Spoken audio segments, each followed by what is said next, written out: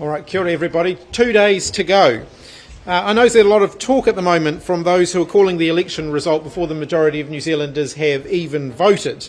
But I would point out that in fact the majority of New Zealanders haven't yet voted in this year's election. More than 2 million people are yet to vote. And my message to them is that your vote counts. Your vote will determine the outcome of this year's general election. I know that when times are tough, it's natural to think about change. But I know that the question a lot of New Zealanders are asking themselves in the last 2 days of this election campaign is change to what?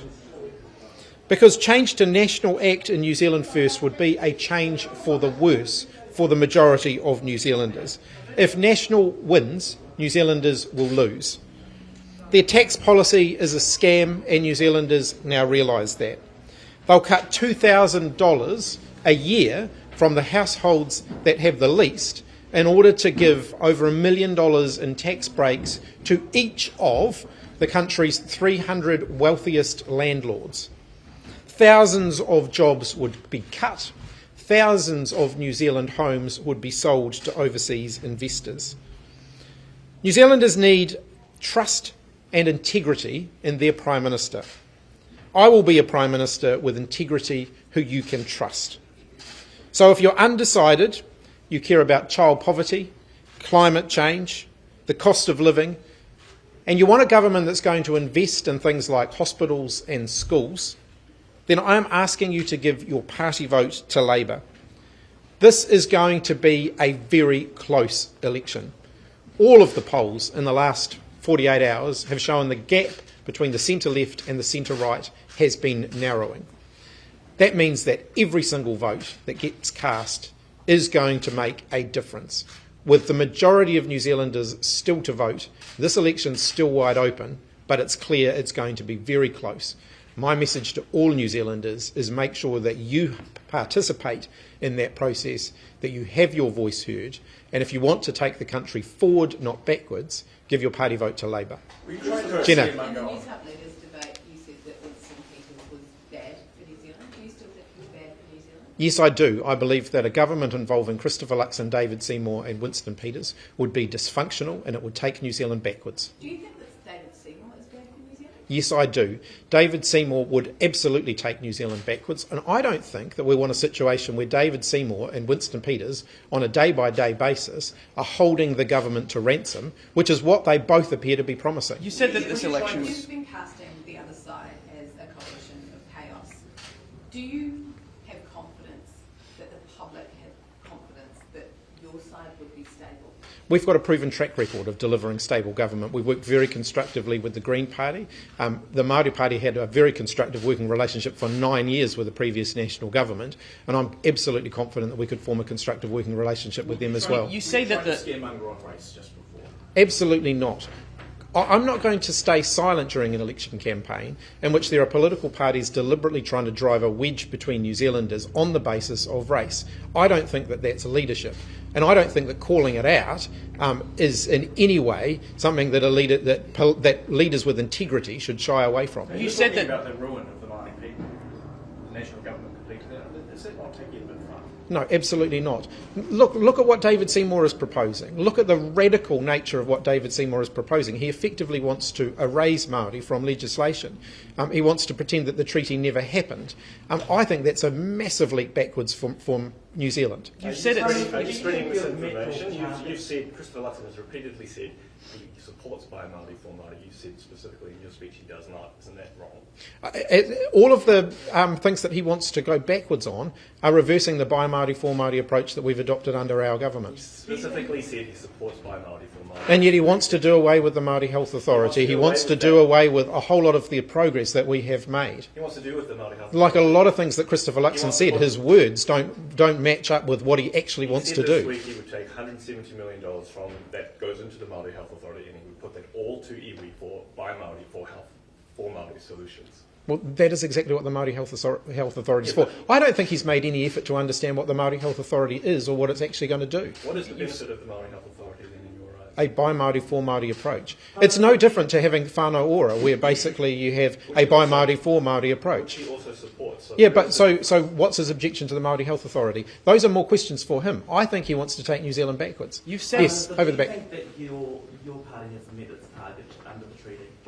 I think that's always a work in progress. I believe the treaty relationship has strengthened significantly in the last 6 years, but there's always more work to do. You've Why said are Māori victims of sexual violence still speaking though, despite even though there are providers out there? Sorry, what was the... Why are Māori victims still seeking for respite even though there are providers out there for sexual violence and domestic violence? We've made a lot of progress on the issues around sexual violence for all New Zealanders. Over $1 billion in funding has gone into that area under our government. We do have a coordinated strategy around victims of sexual violence for the first time in New Zealand's history. We've got the most comprehensive strategy when it comes to tackling that. There is still more work to be done, though. You've said that the gap between the left and the right is narrow and it's quite close, but that's not actually true, is it, given the fact that you're not taking into account Winston Peters, who you've ruled out and he's ruled out you?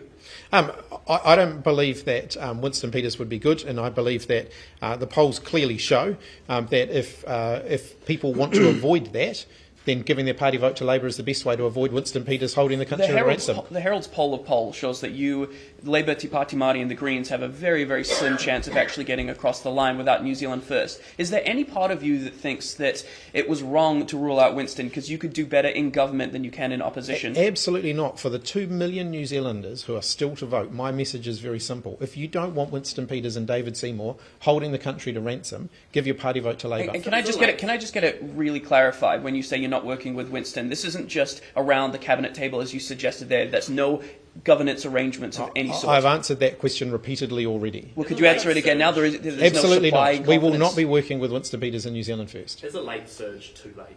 No, there's no such thing as too late until every single vote is counted, and the majority of New Zealanders haven't voted So yet. what do you see as your path to power at this point? Getting more people to vote for us, and there's still 2 million of them who haven't voted Is yet. race relations an issue that you've identified could pick up those undecided voters? I certainly think that there is a strong sentiment amongst Maori New Zealanders, amongst Pacific New Zealanders, and actually amongst ethnic New Zealanders. There is a strong sentiment of concern about the way race is being used to divide New Zealand by some of the political parties in this election So for campaign. those people Yeah. next to vote, Labour was here doing similar stuff, trying to get South Auckland to vote, talking about race relations. Are you hoping to repeat that strategy this election? We've seen a very energised response in the last couple of days here in South Auckland. I'm expecting a high voter turnout in the next couple of days. How are you going to get South Auckland to vote? Doing exactly what we're doing today. What does the Labour Greens Te Pāti Māori government look like? That will depend on discussions that we have after the election. I'm absolutely confident that we have so much common ground. So it would be a government that would take climate change seriously. It would be a government committed to lifting children out of poverty. It would be a government committed to investing in our health system and our education system. It would be a government committed to supporting the most vulnerable New Zealanders during the cost of living crisis. And it would be a government ultimately that wants to bring New Zealanders together. Of the 4 co-leaders of those 2 parties, who would you prefer to be your Deputy Prime Minister? Look, Carmel Sepuloni is the Deputy Prime Minister at the moment. Question that I asked. There's plenty. Well, Of I'm not going to have. the I'm not going to have. of our party. I'm not going to have any coalition negotiations until the votes have all come in. Then that would be the opportunity to have those conversations. I get on well with all of them. They've all got different strengths and weaknesses. When the votes do come in on Saturday night, and there is no path, and if there is no path to power for you and your coalition partners, will you concede on the night? As I've indicated, I don't have a plan B. We will see what happens on the night. Why do so many Labour voters see a Māori education authority and a Māori health authority and Māori housing authority along the same lines as the Māori Health Authority? Māori voices at the table, the decision-making table with your own budget. We're not proposing those right at the moment, but if you look at the work, say, in education that we have been doing around a greater degree of by Māori, for Māori approach, we have recently just passed legislation that gives wānanga a much greater degree of autonomy to determine their own future. We've been working really constructively with Ko Hangarau and Kura Kaupapa to ensure that they get a lot more self-determination in the way that they operate. They're both very successful models of educational delivery. and I'm confident that we can continue to work with them. I don't necessarily, because of the way they operate, I'm not necessarily sure that we need a Māori Education Authority in order to give them greater self-determination, because in many cases those organisations actually want to call the shots themselves rather than have another organisation working with them on that. Prime Minister, your government has already committed $930 million to procurement for Māori services, but why are some services not receiving that? And sorry, there were a couple of people speaking at once, and I only got so why are some services not receiving the procurement funding that your government has already committed $930 million to? Well, in terms of government procurement, there are procurement processes. We allocate the money. We don't get involved in the individual procurement decisions. So it stops at the public service and doesn't get trickled down? No, the public service makes decisions about which agencies services get purchased or funded. Ministers don't make decisions about which individual entities get funded. But if your party was in government next year, would you make promises to actually ensure that that funding does get trickled down to people on the ground? Of course, the money that we give, we want to make sure that it is used for the purpose. So if money is being allocated to contract for services, then that's what we expect it to be used for. So I'll come back to you, Jenna. Don't worry about that other question. Okay. You said that the right is casting fear about a community. You said they're race baiting. Would you call the campaign that the right is running racist?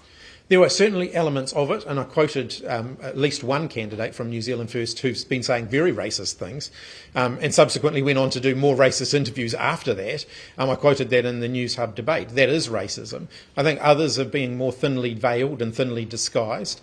I think a lot of the rhetoric around co-governance, for example, is thinly veiled racism. It might not be overt, but certainly there are undertones of racism within it. Why are so many former Labour voters either not voting so far or soft? I mean, we hear that they're undecided, they're not voting. What's gone wrong? What did the government do wrong to lose them? This has been a very vigorous election campaign. There's 2 million New Zealanders still to vote. What we are seeing in this campaign is more New Zealanders are waiting till the last minute to make their decisions about how they're going to vote. I think we're going to see more New Zealanders voting on the day than we saw at the last election. I think partly that's a reflection of, this is not a COVID election. People wanted to get out and vote early last time because they were worried they wouldn't be able to if they didn't. So I think more New Zealanders are waiting, and I think those 2 million New Zealanders, at least 2 million New Zealanders who have still to vote, are concerned about what they're seeing from National Act and New Zealand First. They are seeing that the National Party's promises are a scam, that they wouldn't benefit by anywhere near what the National Party have said. Very few New Zealanders would benefit from the full amount of National's tax cuts, but every New Zealander would pay for it. They're obviously also concerned about you because they're not rushing out to vote for you like they did in 2017. They're holding their fire. Why? Oh, the momentum is growing behind our campaign, and I think that you're going to see that momentum in the next 48 hours, and you'll certainly see it on election night when the results come in. For those people left to vote, tell us why they should vote Labour. Give us a 60-second quick pitch. Why Labour? Labour has a plan to take New Zealand forward, to bring New Zealanders together, to support New Zealanders through the cost of living crisis, to make sure we're investing in our health system, our education system, to make sure we're supporting our most vulnerable families who are struggling to make ends meet at the moment. We've got a set of practical policies that they're all set out on our pledge card, taking GST off fruit and vegetables, making dental care free for the under 30s, keeping public transport free for under 13s, half price for the under 25s, keeping prescriptions free, getting more people into apprenticeships. These are all things that are going to take New Zealand forward. Making sure that we're investing in a record public house building program, 13,000 new public homes so far, we're going to double that in the next 4 years. This is progress. This is what progress looks like. If we want to continue that momentum, if we want New Zealand to move forward together as a country, I'm asking Kiwis to give their party vote to Labour. That's great. We want another question from you. If the late surge is not too late, what would be the first thing your government would do to ease the cost of living? We've already set out our plan for that. So some of the things that we have already done will be at risk if there's a change of government. So things like the free and discounted public transport, free prescriptions and so on.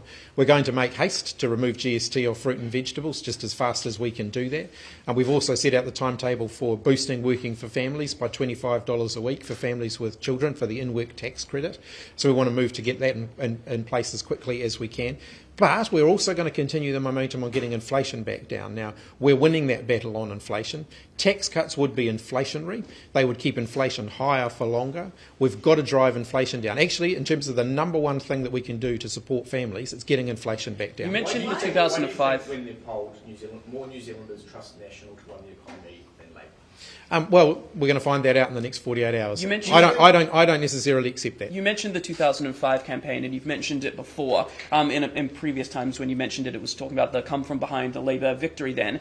Today you were talking about sort of the iwi-kiwi narrative that was prevalent at the time. Do you see shades of Don Brash in Christopher Luxon? I certainly see shades of Don Brash in the overall campaign from the parties on the right of the New Zealand political spectrum, National Act and New Zealand First. Do you think that media should be calling out racism? Look, I think the media do a very good job of reporting issues as they're being debated. I think that political leaders have a responsibility to call out racism, and I have confidence that the media will give coverage to that. So I think the onus is on us as political leaders to do that. Do you accept the idea that interest deductibility affects the supply of rental properties to the market? People's decision whether to put their houses on the market as a rental property or not? Well, the evidence would show otherwise. I mean, we've still seen an increase in the supply of rental accommodation despite not having interest deductibility for existing homes. There are still provisions for those who are building new rental accommodation to make sure that we continue to stimulate the supply of rental accommodation. Why have you left it to the last minute to try in this campaign? I totally reject that. It's been a very vigorous campaign from Labour. If you have a Labour-Green partnership afterwards, the Greens will have more leverage given the current vote split at the moment than they've ever had, but you don't really have any fiscal headroom to move, do you?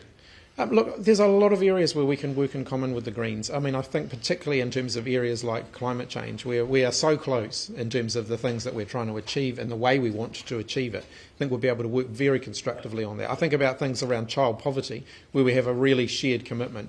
Investing in our public services, again, shared commitments there. I'm absolutely confident we'll be able to work very constructively We're just going to take a couple more questions. We have a question from one of your Upper Hutt constituents. Oh, yeah, good. She just emailed and she says she's a recent migrant and excited to vote for the first time in a New Zealand election. She's undecided, leaning towards voting for you, but would like to know how you plan to juggle being the Prime Minister with ministerial responsibilities as well as serving your electorate well. That's a great question. Thank you. And can I acknowledge that constituent and say that I'm very proud to be the representative for the Remataka electorate.